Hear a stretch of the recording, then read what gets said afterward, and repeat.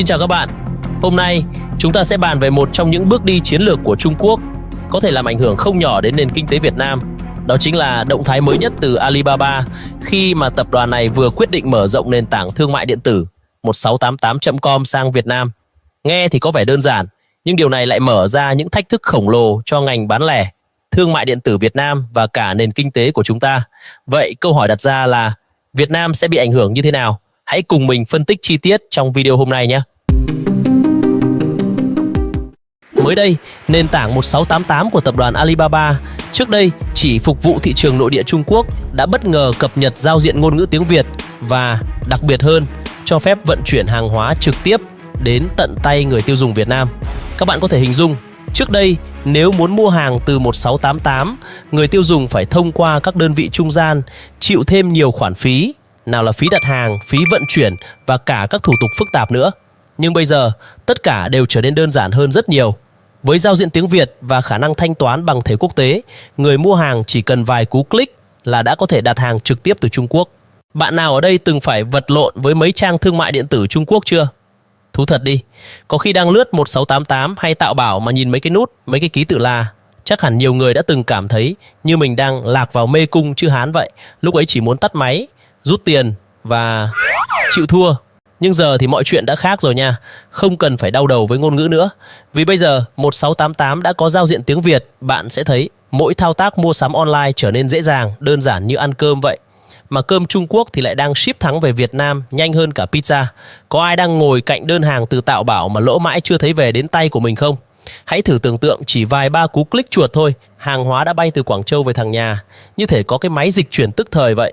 Chúng ta không cần phải chờ đợi dài cỏ như trước đây, chỉ 1-2 ngày là có hàng ngay rồi. Nhanh đến mức còn hơn cả giao hàng nhanh của mấy shop ở nội địa nữa chứ. Đây chắc chắn là một đòn giáng mạnh vào các sàn thương mại điện tử Việt Nam như Shopee, Lazada hay Tiki. Chúng ta đều biết rằng các sàn này đã dành nhiều năm để xây dựng mạng lưới cung cấp và logistics. Nhưng khi người dùng Việt Nam có thể mua sắm trực tiếp từ 1688 mà không cần phải trả phí trung gian, điều này sẽ khiến các nền tảng trong nước phải đối mặt với sự cạnh tranh cực kỳ khốc liệt. Hãy tưởng tượng thế này, trước đây bạn cần phải trả tiền cho một dịch vụ trung gian để mua hàng từ Trung Quốc, tốn thêm vài trăm nghìn, thậm chí cả triệu đồng. Nhưng giờ đây, bạn chỉ cần lên 1688, chọn món hàng mình muốn, thanh toán và hàng sẽ đến tận nhà trong vòng vài ngày. Điều này rõ ràng sẽ làm thay đổi hoàn toàn thói quen mua sắm của người tiêu dùng.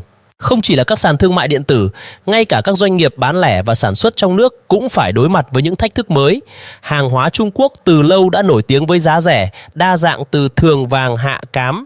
Từ quần áo, độ gia dụng đến độ công nghệ, tất cả đều có thể tìm thấy trên 1688.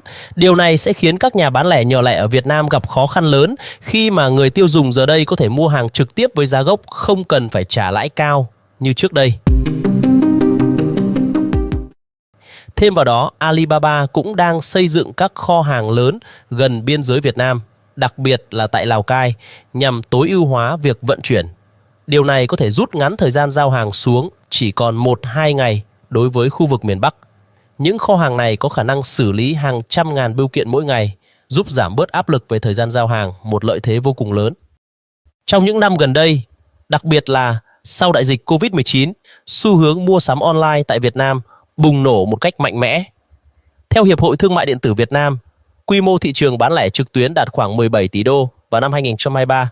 Đây là một con số cực kỳ ấn tượng, nhưng nó cũng cho thấy miếng bánh thị trường thương mại điện tử tại Việt Nam đang trở nên ngày càng hấp dẫn đối với các ông lớn từ nước ngoài.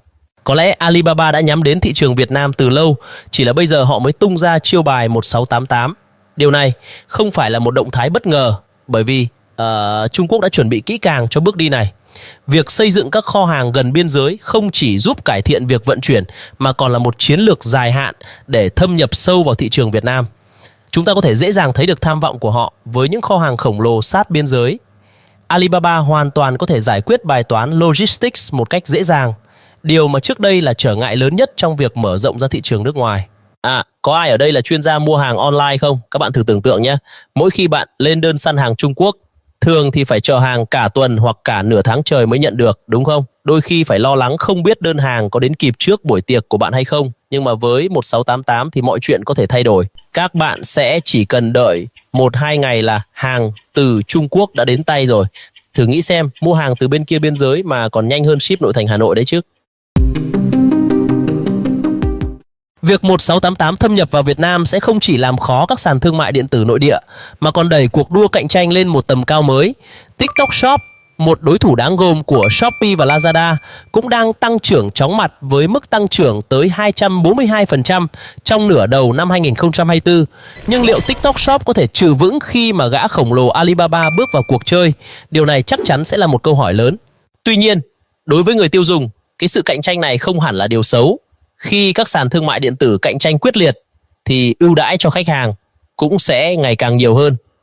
Các sàn buộc phải đưa ra những chiến lược mới để giữ chân người dùng, từ việc giảm giá miễn phí vận chuyển đến các cái dịch vụ chăm sóc khách hàng tốt hơn. Và đây là lúc chúng ta, những cái người tiêu dùng, có thể tận dụng tối đa các chương trình khuyến mãi và ưu đãi từ các sàn.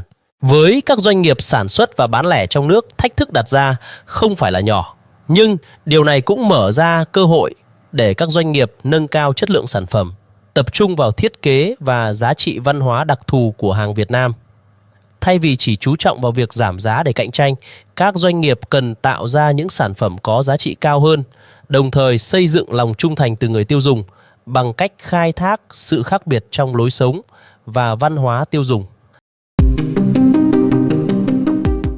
Vậy là chúng ta đã phân tích xong nước đi cao tay của Alibaba và những tác động tiềm tàng lên nền kinh tế và thương mại điện tử Việt Nam. Rõ ràng, đây là một bước đi táo bạo từ Trung Quốc và sẽ là một thử thách không nhỏ cho các doanh nghiệp Việt. Nhưng trong mỗi thách thức luôn ẩn chứa cơ hội và điều quan trọng là chúng ta cần nắm bắt kịp thời. Đôi khi việc mua sắm trên các sàn thương mại điện tử cũng giống như chơi một trò chơi vậy. Bạn phải canh giờ vàng, săn mã giảm giá, rồi còn phải tính toán để né cược vận chuyển nữa. Nhiều khi mệt mỏi nhưng cũng vui phết đấy chứ. Với sự xuất hiện của 1688 thì mình nghĩ trò chơi này sắp sửa được nâng lên một tầm cao mới rồi. Hàng hóa giá rẻ, giao hàng nhanh, không cần phải qua trung gian nữa. Đúng là giống như đi siêu thị, nhưng siêu thị này thì nằm ngay ở bên kia biên giới. Vậy nên nếu có ai đã từng là con nghiện mua sắm online, hãy cẩn thận. Vì có khi với 1688 bạn sẽ không còn kiểm soát được ví tiền của mình nữa đâu. Nhưng mà thôi, cứ vui vẻ mua sắm đi. Vì rõ ràng là càng nhiều sự lựa chọn thì chúng ta càng có lợi, đúng không nào?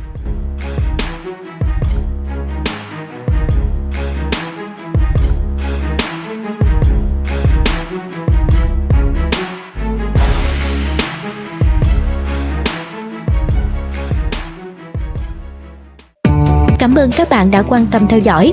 Đừng quên bấm đăng ký kênh Tin Nhanh TV để có thể cập nhật nhiều video mới nhất các bạn nhé. Chúc các bạn vui vẻ và hạnh phúc.